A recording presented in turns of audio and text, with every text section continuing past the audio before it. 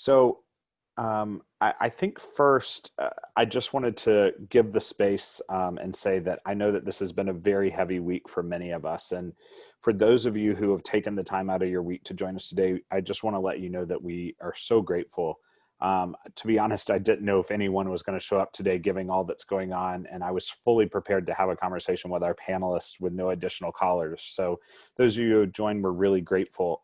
We created these conversations as a platform for others and to really give people a sense of place and community. And for those who need any type of pick-me-up, which is really what this was when coronavirus started, and I think that's shifting a little bit now, but that's why we did this. So we debated yesterday canceling this call, but we realized we have a job, and that's to keep going and provide a space for others. So thank you for being here. And, at CatalystCreativ, we believe that Black Lives Matter. We stand for people of all color in a fight against racial injustice and inequality.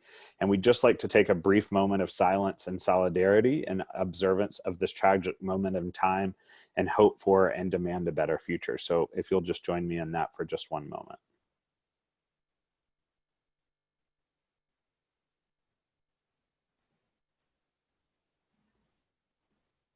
All right, thank you so much. So again, thank you for being here. Just a little bit of background on us. I'm Robert Fowler. I'm co-founder and CCO of CatalystCreativ. We are a community design agency focused on experiences using our proprietary method called the 7th Level Engagement Framework. Catalyst started just about 8 years ago, and we've been a fully remote team since day one. So you've probably heard us on a lot of our other calls talking a lot about remote work. And if just in case you missed any of those recordings, we do have all of them on our website. There's a page at the top on the browser that says coffee chat at CatalystCreativ.com. And you can go there and listen to all the past 10 episodes of Coffee Chat, or you can shoot us an email. We have an email that's specifically dedicated to this, which is coffee@CatalystCreativ.com, and we'll be able to for sure send you any links to the recordings that you may need. So just a couple other little housekeeping items. For those of you that are joining us at Zoom, at the bottom of the screen, you'll see there's a Q&A feature. So please feel free, if you've got any questions for us or our 3 amazing panelists today, please be sure to put those in there. There's also a chat feature, which we've enabled for the last couple of meetings. So if you want to tell us where you're dialing or calling in from, we'd love to know that. Or if you just want to react to anything that our panelists or anything that I say, feel free to put that in there as well. So now that those little items are out of the way, we'd like for everybody just take a couple deep breaths, settle in, and we're going to have an amazing conversation with our special guest. So this will run for about the next 40 minutes, and we're so glad we're here. So today we're going to talk about sustainability and a circular economy. One of our long-term clients and a huge friend of CatalystCreativ, Caroline Hatfield of Biossance and Amorous and Pipette, put us in touch with a couple of our amazing panelists today, as well as another panelist who's been a huge fan of Catalyst and a huge part of our family really since day one, is also with us. So I'll tell you a little bit more about them, but first I think we should try to just kind of define and talk about what a circular economy is. So I know that this phrase may be a little bit new to some people, and to be honest, it was for me. I think I knew what it was, but didn't really know how to define it on my own. So I did a little bit of research and took things a little bit deeper, but our experts on the call will know way more than me, so I'll keep my remarks today pretty brief. But basically, a circular economy is an economic system aimed at eliminating waste and the continual use of resources. So circular systems employ, reuse, sharing, repair, refurbishment, manufacturing, and recycling to create a closed loop system. So really the idea is minimizing the use of resources input into the creation of waste, pollution, and carbon emissions. So I think that what it really tries to do in a circular economy is to keep products and equipment and infrastructure in use for longer. So thus that improves the productivity of all the resources. So proponents of the circular economy suggest that a sustainable world does not mean a drop in the quality of life for consumers and can be achieved without loss of revenue or extra loss for manufacturers. The argument is that a circular business model can be as profitable as linear models, allowing consumers to enjoy similar products and services. The concept of the circular economy has been around for quite some time. In my research, as early as 1966, a man by the name of Kenneth Boulding raised awareness of an open economy with unlimited input resources and output sinks. in contrast with the closed economy, which resources and sinks are tied and remain as long as possible as part of the economy. And then in 2018, the World Economic Forum and over 40 other partners launched the platform for accelerating the circular economy, which has been referred to as PACE. Many household brands like Coke and IKEA have joined PACE in the effort to create a circular economy. So like I said, I was going to keep my remarks very brief because there's a lot more to the circular economy than just waste and sustainability, which we'll hear more about. So I want to go ahead and jump in with our three panelists. Our first is John Toner, strategic organization leader with over a decade experience running global and local programs grounded in creative problem solving. He is a winner of Fast Company's World Changing Ideas Award and Information for Action. John's lifelong search to make sustainability, economic development, and social impact has led to an awesome career. He is a graduate of Wake Forest University, and he and I were actually in college at the same time. I was at Furman and John was at Wake Forest, but the same years. And he has his master's in science from NYU. He now serves as the Director of Marketing and Innovation at Aprinnova. Our next guest is Mollie Jensen, who's the Associate Director of Sustainability and Claims Compliance for Biossance and Pipette, which are two brands under the Amyris brand. These two brands Catalyst has worked with closely for the last few years and continues to work with now. Prior to joining Biossance, Mollie was a consultant for 13 years, assisting companies with various things from product development to aromatherapy. Mollie has a passion for sustainability, corporate social impact, and local community outreach, as well as cosmetic safety reform advocacy. Much of her training comes from UCLA, and she is joining us today from the San Francisco Bay Area. And our third panelist is a dear friend of Catalyst for many years, as I mentioned before, Karla Ballard Williams, founder and CEO of Ying, a peer-to-peer skill sharing and global time sharing platform, engaging members and organizations in a complementary currency that supports community and individual benefits. Karla was formerly SVP of Participant Media's Tag Division, also was formerly SVP and lead for the Impact Studio at Ogilvy and Mather. She serves on a variety of boards, and in 2012, Karla was awarded in New York City the Keepers of the Dream Award and from the National Action Network. Karla, I'm so sorry that I had to condense your resume into so few lines, and I have no idea how you do all the things that you do, but thanks for being with us today from Philly. So I think that what we'll do first is just jump in with a few questions for our panelists. As I said before, please at the bottom of the screen of the Q&A, add in any questions that you guys have, and we'll be sure to answer those. So I guess this is a question that I'd like to open up to all three of you is when it comes to sustainability and a circular economy, what did I miss from my opening that any of you that might like to add? So maybe Mollie, we can start with you. Okay, can you hear me? We can. Great. Now I was having a little bit of technical difficulty, and I have to apologize. I missed most of your opening because my computer decided to shut down right in the middle of what you were saying. So no worries. I kept it super brief, so we can hop over to John and then over to Karla, and then we can come back to you if there's anything else you want to add, Mollie. Thank you. Yeah, thanks, Robert, and great to be on the panel discussion with Karla and Mollie. Well, I think one thing that I would add is to keep our eyes on the big picture and kind of why we are talking about the circular economy. And, you know, and I can speak to this a bit later in more detail, but as we are joining the circular economy in more detail on the cosmetic ingredient side, we like to keep in mind some key talking points that really help us see the eyes on the prize. And there's a few statistics that are interesting. Take the European Union, for example. 20% of total food produced is lost or wasted each year. We also know that 90% of biodiversity loss and water stress comes from resource extraction. And on the industry side, we also know that 80% of a product's environmental impact starts at the design phase. So my addition, I think, would be to really keep that in mind as an organization, as a business, we consider what products we make and how we make them.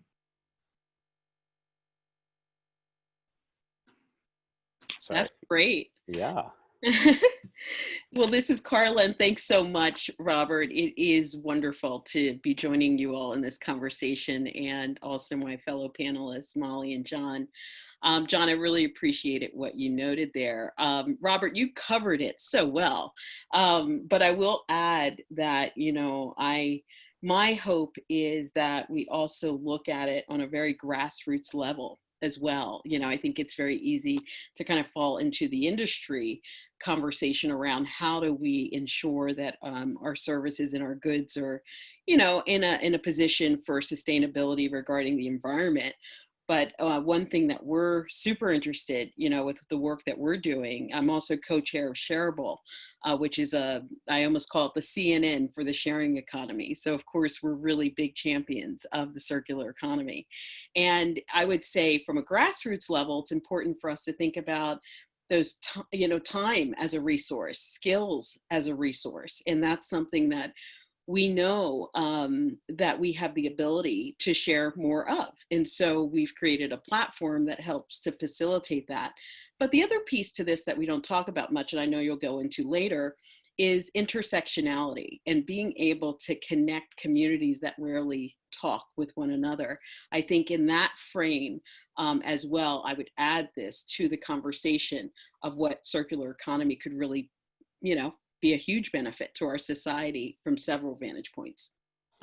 Yeah, I love that. And I think that's why, when we were putting this together and Carla emailed and we knew that she would have so much to add to this conversation. So I'm super excited that, the perspective that we all have, me who's sort of new to this idea, and the rest of you guys who have been so versed in this for so many years and have really studied it. I'm really looking forward to diving into these questions. So Mollie, I think we'll come back to you on another question just in case, but I think that one of the questions that I have, and Carla, I'd love to ask you this, is what role do you feel that private businesses versus government have when it comes to circularity or a circular economy? You're always going to find that I am all for our private companies. And, some people really get shocked when I say this, but I'm a capitalist at heart. I just like to expand the definition of capitalism. So to include social capital. So when I think about our private companies playing a role versus our government entities, private companies have traditionally led the way in innovation. So I think being able to stand up real market-driven strategies that show how a circular economy can really have an incredible impact on the bottom line is that first and foremost. I think that's the role of private entities. Second, when it comes to government, I think this is where government can play an incredible catalyst, if you will, to identify what incentives, what policies can be pulled together that would help to continue to see the growth of the circular economy. Mm. Yeah, I love that. John, or Mollie, anything you'd like to add? Yeah, maybe I can jump in. And Mollie, I know you've got some great perspectives on this as well, through advocacy and other efforts. I would absolutely agree with Carla. It is a partnership that I think can really produce a lot of incredible impact. I'll give you a couple examples. In the European Commission, they launched a new circular economy framework 3 years ago, and they actually updated it recently. And what it does is it provides some guidelines and standards that all companies across the EU are expected to reach. And so what it does, for example, is it sets up oversight and guidance for energy efficiency. It sets a target for reducing food waste. It also supports the idea that consumers should be aware of the circular aspects of a product they buy when they buy it at that point of sale. So they can see, for example, Robert, you mentioned, what's the potential lifespan of this product? And it introduces the idea that we are all in this together and that this can actually be a system across multiple governments. And so when you have that kind of leadership, it really provides the stability for industry to respond. And I think I'll give you one example of how a partnership that we've been part of has been able to do that. We are working to use the waste streams of sugarcane production to create a set of very high performance cosmetic ingredients. And it's a fascinating process that when sugarcane is produced, there's a lot of waste. There's a juicing process, there's a bagasse, which is kind of like a straw-like material. And we've been using it in the past as part of our process to create cosmetic ingredients like squalane. And our newest innovations are taking that bagasse, and we're actually, instead of dumping it into a nearby stream, which comes from Brazil, we're using it for other purposes. We're actually repurposing that to create a whole line of active ingredients. And it has actually been part of our partnership with the University Católica Portuguesa in Portugal. And so I think it's a perfect example where we were able to work with the University Research Center there. We were provided guidance from the European Union, and it really set up the conditions for us now to be able to be on the verge of scaling up a completely new line of cosmetic ingredients that are part of the circular economy. So agreed. I think it's a really kind of an interplay between the two. Absolutely. And yeah, John, as you said, Mollie, I know with all your advocacy work, I'm sure you have a bit to add on this. Any other thoughts? Yeah, and that's exactly the road I was going to go down. Tying back in with Karla's talk about grassroots efforts. Really, truly, you know, it takes us as the society and culture of you know, our world to make the change most often. Right now, what I'm doing is I am working with a group of advocates, and we go to DC and Sacramento, because we're in California, the state capital, demanding change when it comes to our cosmetic laws, because they're sorely lagging in the US. And so to me, thinking about the circular economy, thinking about like what benefits us as far as our environment and whatnot, really does tie back into ingredients and what they do to us, what they do to the environment. And so but it really does take the people to start that process oftentimes. And so it's when you think about the circular economy, it's almost like you can think of it in a circular way, that we all need to come on board with this to create great change. And that's really the way, I mean, we're seeing it in the world right now. And so that's just, you know, the part that I would want to add to that when it comes to government, that really, truly the way that we need to create change is by getting out there and advocating for it. Absolutely. Yeah, I think that there's so many times that just because sometimes government is so big, and it seems like from the research that I was doing that, you know, a lot of this really started out, you know, private groups were really doing this. And then in 2018, when PACE came, and, you know, it was sort of, and we see a lot of this now that, you know, government really used to, a long time ago, used to lead the way, and then private companies would follow after. And it seems like now it's a little bit of the reverse, that, you know, especially in situations like this, that, you know, people are innovating, you know, often faster than government can. And then government comes in to, as John said, like set those guidelines, you know, help people to understand, you know, how they can get involved, help businesses, you know, set practices and guidelines so that they can feel like they're a part of the conversation. But a lot of that stuff I really think starts on the private side. And I agree wholeheartedly with what you all said in your statements, especially Karla in the beginning about,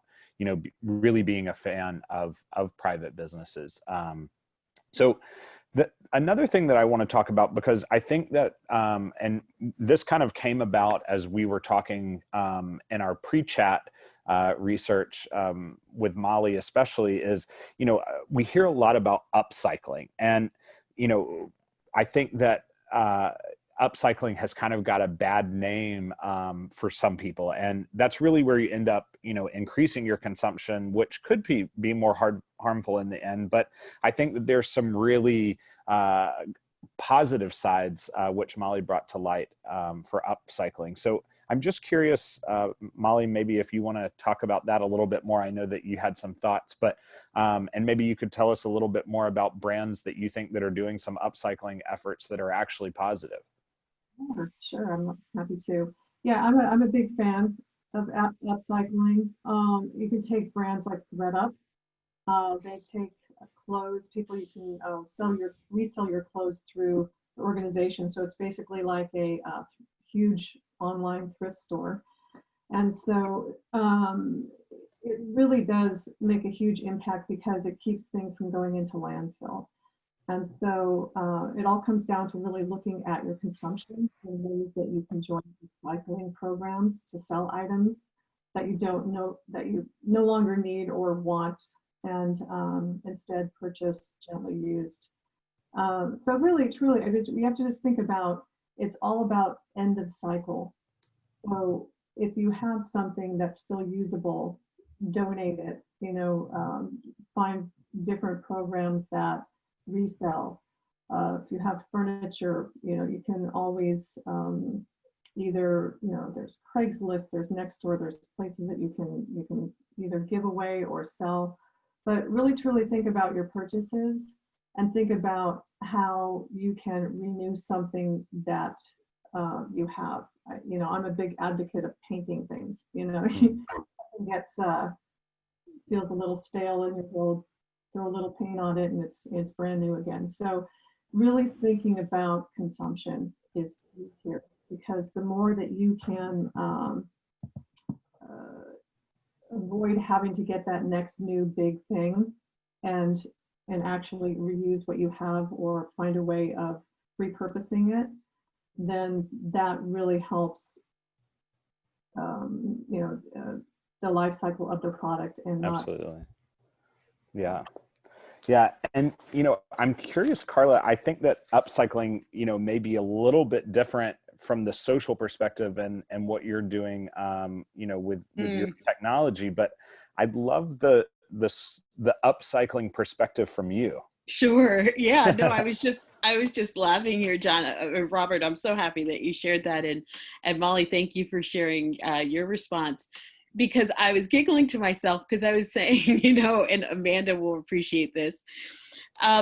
When we think of our indigenous populations, we've come up with a fancy word, right? And so that's why I giggle, because, from a grassroots perspective, and when you think about indigenous populations, we've been upcycling for, centuries, right? Sure. And so I think that it's just beautiful to see how we're all coming around to some of the basic learnings that our indigenous populations have taught us, right? And so I do think that this is something that's happened in our families. I grew up in Philadelphia, in an urban neighborhood, and in Germantown, Philadelphia, West Philly as well. And we used to upcycle all sorts of things. We didn't call it that, but it certainly took place that way. We reuse cans for other products. And so I think it's fantastic to see how it's being commercialized, and how it's able to reach sort of a conversation that can really create systemic change that we need to see, especially when you're talking about conservation. So that would be my take, that this is an old idea just being reframed. And if it can move us to a much more sustainable future, then let's have at it. Yeah. And John, I'm sure from your, when you founded Information for Action, I'm curious, how, I know that that's not the role that you're in now, but I'm super curious about, when you guys were really helping with that, direct promotion from community action and sustainability, both talking between community and the private sector, how upcycling played into what you were doing there. Yeah, it's interesting. I think, Carla, you raise a really good point, and Mollie as well, is that a lot of our consciousness as a consumer starts with our personal habits. And so I think that awareness is critical. And to your point, Robert, I think a lot of my previous work, and really the work today as well, is to making sure that, that the actions we take are inclusive, and that they are in response to a true need. So in Information for Action, we built a platform to help link a news article to actions you could take in your local community, or a business that adhered to certain principles that aligned with the issue you were reading about. So if you're reading about climate change, you could support a local NGO or nonprofit and find opportunities to get involved. You could also think about how to support a business, for example, a B Corp that was working to create a circular economy. And I think it's the interplay between both of those things, is creating a mentality within your community that we aren't going to waste, and living that through your personal actions. And then also supporting the organizations and supporting the businesses that are actually making that a reality. So I think it all is part of the common cycle. And so I think it's critical that all those components come together. Sure. So I want to transition just a little bit, because one of the questions that I've had, and obviously the three of you are the experts on this, is, technology changes so quickly, and things get sort of like better, faster, stronger, and you can look at it in sort of anything. Like if you look at it from an air conditioner unit that you put on your house 20 years ago, and like now you can get one that's quieter, that has to run less time, that's more powerful, it uses less energy, but it still means replacing what you had there. And I think John and Mollie, for you guys from the manufacturing side, since you guys right now are really focused on sustainable beauty and healthcare supplies, I'm very curious at how do companies make that decision when they start looking at transitioning away from possibly older equipment it's still working, but the risk of upgrading or updating, maybe that it uses less energy and it takes less hours to produce the same number of items, but then it's sort of like the whole out with the old, in with the new. I'm curious, from the manufacturing standpoint, how you handle that as a company. Yeah, I wouldn't really necessarily be able to speak to that, to the automation part of it, but I can speak to, say, like the packaging component part, because Sure. in that regard is changing. And so, so basically what we're doing is we are keeping our eye on new materials and looking at that constantly. And with that new technology, what it also does is it creates better technologies in recycling. And so that's something that we're looking at right now, not only looking at new materials for plastics and other things, but also looking at ways to recycle traditionally non-recyclable plastics, which is a huge issue in the beauty industry. You can keep in mind that it takes, that plastic can take up 1,000 years to degrade, and I believe it's about 9% that's currently recycled. So it's an issue. It's a very big issue, and there's an estimate floating around there that by 2025 there'll be more plastic than fish in the sea if we keep going at this rate. So it's something that we really have to look at. So when I think about technology in that regard, that's what I look at. Like, how can we do better? How can we use technology to create better materials, and also look at the end cycle of that material, and how can we get it out of the waste stream? So it's something we're doing right now, and we're very excited about it. Can't give too much more information on it, but it's something that really needs to be addressed in Well, and I know with Biossance, it's really cool. Like when, you hear about the squalene from sugarcane, and then that you all use, sugarcane in your packaging, and your packaging is glass, and just the way that the thoughtful process that goes from, the way that things are shipped, the way that things are packed, the ingredients that are used. I think it's amazing. I'm curious, John, if you have anything from a manufacturing standpoint that you would want to add. Yeah, I mean, I think that, I think you raise a good point. There's part of our business which is the consumer-facing business, a brand like Biossance and Pipette. And then there's also the organization that has a large-scale, massive-scale manufacturing, clean manufacturing system. And we were actually, I think to your point, it really is all about, first and foremost, a framework that leadership provides for a company. And that framework has to start with certain principles around sustainability. And then once you set that framework that we are going to drive efficiency, that we are committed to reducing our energy output, we're committed to using as many recyclable or reusable materials as possible, then the rest can actually work itself out once you create a cycle of innovation. And I think from a business standpoint, once you commit to that, you can then commit to a cycle of learning. For example, we learned as part of our supply chain operations that we began scheduling team touch bases on a weekly basis instead of a monthly basis. And what we learned is that that cycle of feedback from, for example, looking at the size of our containers when we ship material, we learned much faster with a faster feedback loop. And we were able to significantly reduce our CO2 output year on year, just because we were able to adjust the type of container and the temperature of that container over the long haul. And it really started with that commitment to sustainability, but also a management system that allowed for that feedback very quickly.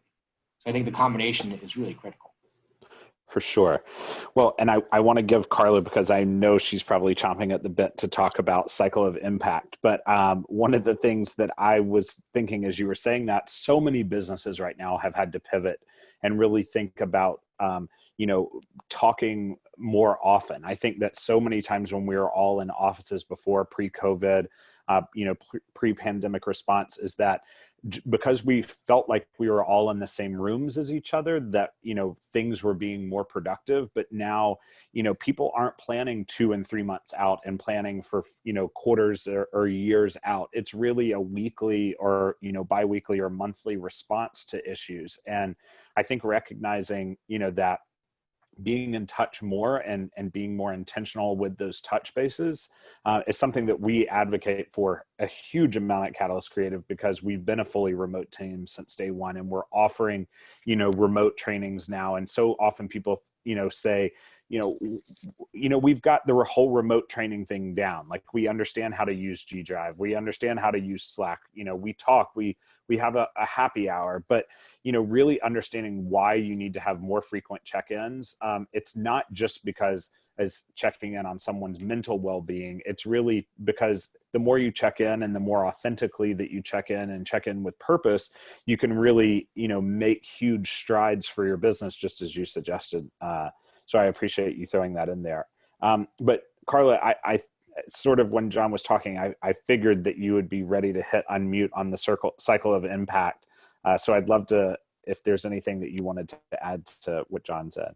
Sure, Robert, thank you for that. And yes, I was smiling all the way, John, on your response. I even took some notes here. Once you have a commitment, and you focus on innovation, and then you focus on learning. I added evaluation, which is probably something you probably look at too in terms of KPIs and measurement. I think that's a beautiful, beautiful cycle as it relates to framing up the circular economy in ways that we can really elevate this and sustain it.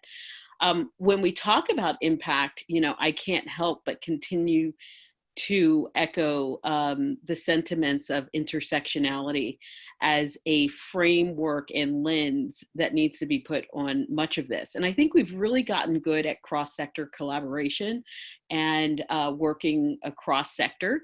I think now we have to work across culture as well, even though this has been in the background, and it's not so much just diversity and inclusion, which we hear all the time, but I think of my dear friend, Jeffrey Bowman, who wrote a beautiful, beautiful book called Reframe the Brand. And Reframe the Brand really does go into the impact question, so it's not just working cross culture now, but now you're working across socioeconomic divides. How does this really impact all of us, right, in the whole? And we are understanding now that we really do need to pay close attention to that, because obviously COVID doesn't discriminate, and we've got to make sure that everyone is being addressed so that we don't have it recycle. So I do think that those would be my, the 2 cents I would put in with respect to impact is have a framework constantly of looking at all audiences as it relates to the results of some of the innovation we're putting out there. Absolutely. Yeah, I think, what you said about, having a look, and that one of the things that, there are places, if you live in a community where they really focus on recycling, and, you've got trash removal and you've got recycling bins out front, if we're looking at this fully from like the basic standpoint of, dividing your trash between compost, recycling, and landfill, that's a huge privilege that a lot of communities do not have. And I think that there's a lot of places in the world that, or some people may look at sustainability as a sign of privilege, or as, that you even get to have that conversation, or, that you get the luxury of, making your packaging out of sustainable or recycled materials. A lot of people don't really have that.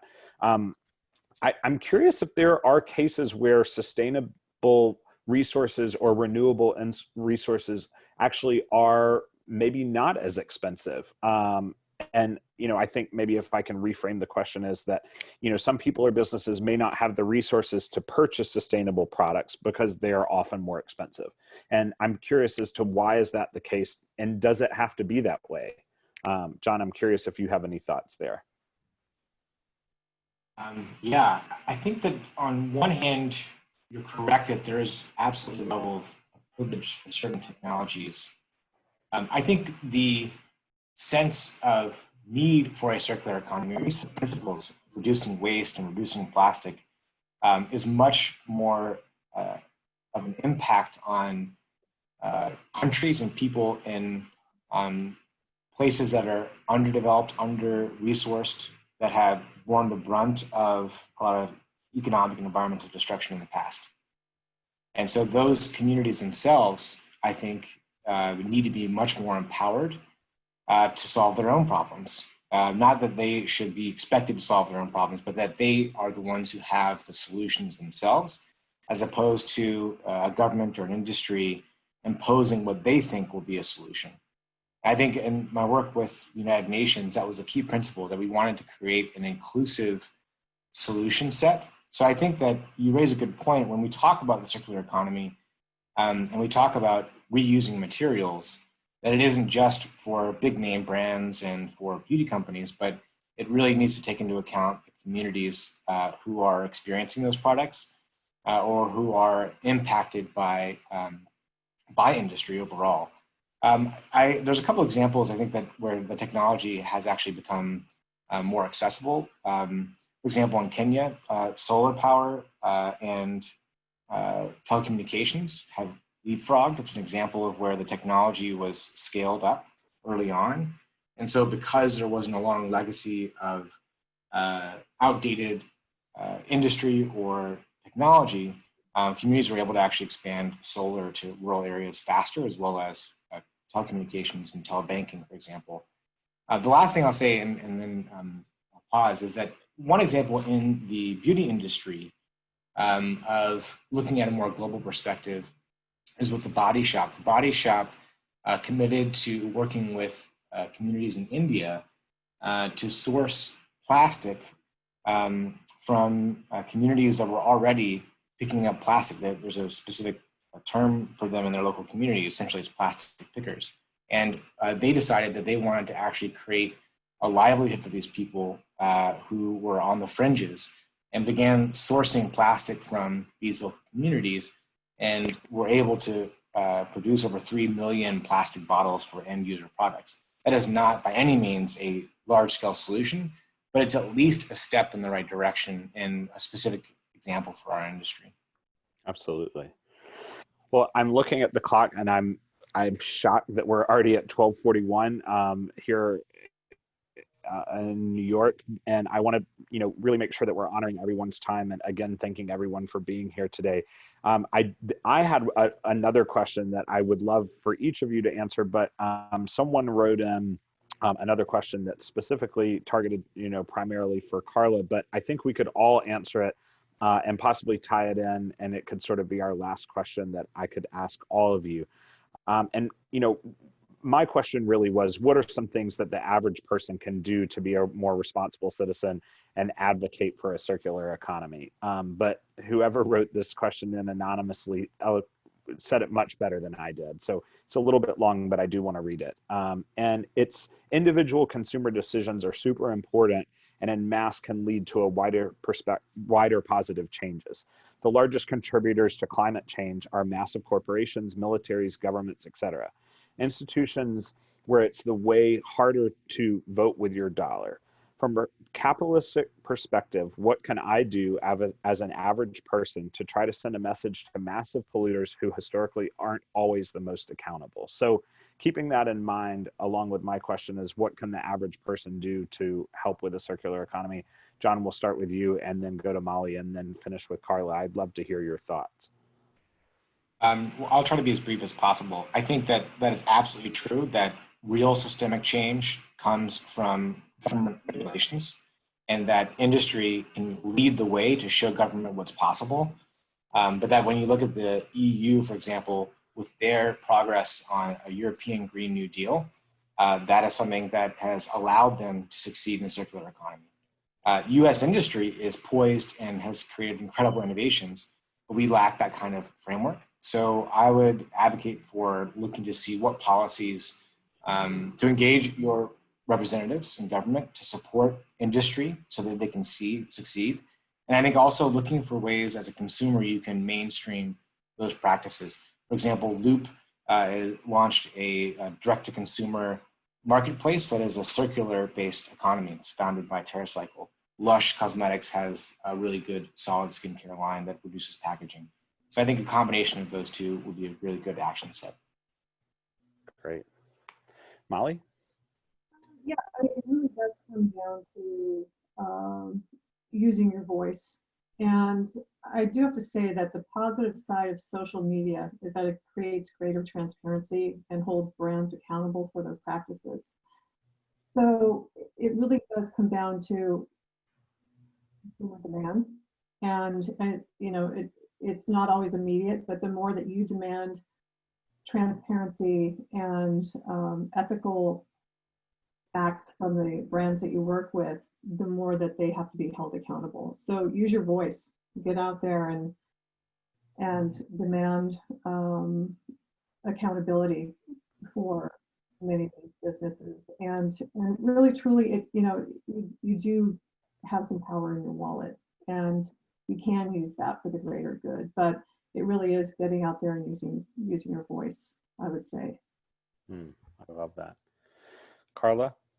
Well, what can I add, right? Those are fantastic responses. You know, one of the things that I think to follow up with Mollie that is so valuable, period, right, from a capitalist perspective or just driving sales is word of mouth, right, in the peer-to-peer interaction. So I think definitely being able to not only make that purchase that makes sense for you in terms of your values, but also sharing that, you know, and that's why social is so powerful. So sharing that with other friends and continuing to create a word of mouth movement, you know, it is powerful what one person can do, and especially one person can do in our market-driven society. I love that. Well, I really appreciate all of you taking the time who joined us today. As I said in the beginning, I know this is a hard week for many people, and especially to our three panelists, we really appreciate the time that you took out of your days to be with us. And we'll make sure that this recording is available, so check back in with us. Actually, we're going to be taking the summer, and we're going to be doing coffee chats every other week, so we won't have a coffee chat next week. But we will look forward to you joining us the week after. And if there's anything that Catalyst can do for you, if you need someone to talk to, if there's any other topics that you'd like to hear on future calls, we love hearing from you. So feel free to reach out to me or to reach out to coffee@catalystcreativ.com, no E at the end, and we would love to hear your feedback and what you have to say. As I always say at the end of these calls, be sure to give yourself a little bit of grace. We're in some really tough times right now, so be sure to take the time for yourself, get outside and go for a walk, call your friends that you feel like need to hear from you, And thanks so much for being with us, and we'll look forward to speaking with you in 2 weeks. Thanks, everybody.